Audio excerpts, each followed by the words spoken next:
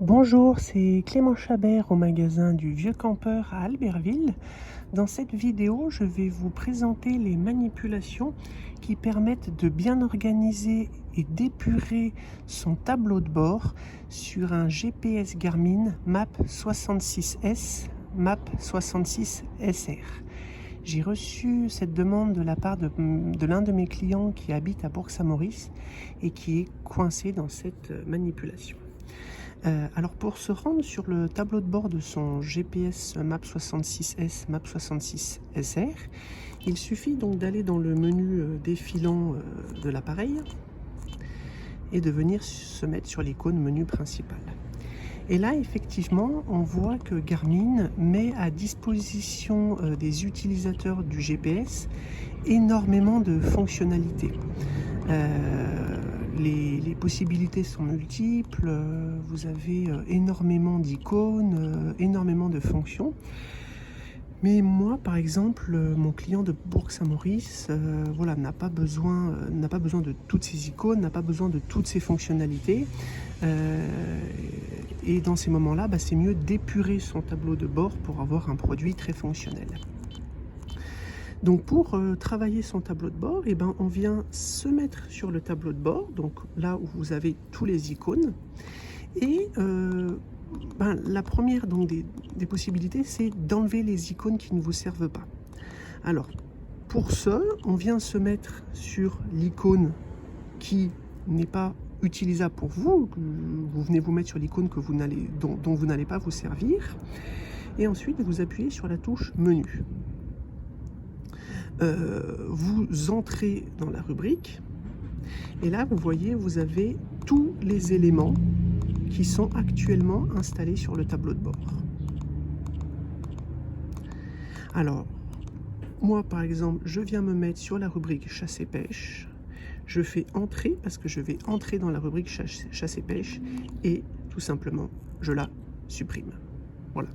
Et là, vous pouvez vraiment faire ça avec toutes les icônes et toutes les fonctionnalités qui ne vont pas vous servir. Par exemple, la rubrique réveil, je l'enlève. La position 0, c'est une fonctionnalité Garmin, je ne vais pas m'en servir, je la supprime. La télécommande InReach, je la supprime. Alors, vous pouvez faire ça vraiment avec tous les icônes, hein. Le calcul de zone, pareil, je vais le supprimer. Le partage sans fil, je vais l'enlever de mon GPS. Et ce qui est pratique, c'est que du coup, lorsque je vais retourner sur le tableau de bord de mon GPS, je vais garder avec moi que les icônes et que les fonctions qui vont m'intéresser. Les icônes qui ne m'intéressent pas, je les ai enlevées et du coup, ce qui est pratique, encore une fois, hein, c'est que ça épure le GPS et ça va le rendre beaucoup plus fonctionnel. Admettons que cette fois-ci, vous désirez ajouter un icône, rajouter un icône que vous avez supprimé, et c'est un peu la même procédure que ce qu'on vient de faire. Donc depuis le tableau de bord de votre GPS, on vient sur la touche menu, on vient ensuite donc dans menu modifier l'ordre, on appuie sur la touche entrée. Alors là, on a vu que vous pouviez supprimer les éléments déjà installés. Si vous voulez en rajouter, on vient simplement se mettre sur le bas du menu et on met ajouter page. Alors là, vous sélectionnez ce que vous voulez rajouter, donc par exemple une application. Et là, très simplement, vous pouvez ajouter des fonctionnalités que vous n'aviez pas dans le tableau de bord à l'origine. Donc par exemple, la fonctionnalité lampe de poche, on appuie sur entrée et ma fonction lampe de poche est venue se rajouter dans le tableau de bord de mon GPS. Je voulais vous montrer une dernière petite fonctionnalité. Vous pouvez également modifier la disposition de vos icônes. Si par exemple vous vous servez très régulièrement de la lampe torche de votre GPS MAP 66S, on vient en fait sélectionner la lampe de poche dans la liste des widgets installés et au lieu de la supprimer, vous pouvez la déplacer et par exemple on décide de la remonter tout en haut de la liste des widgets, donc de la liste des éléments, Alors, je crois que tout en haut, elle va venir se positionner exactement ici. Voilà.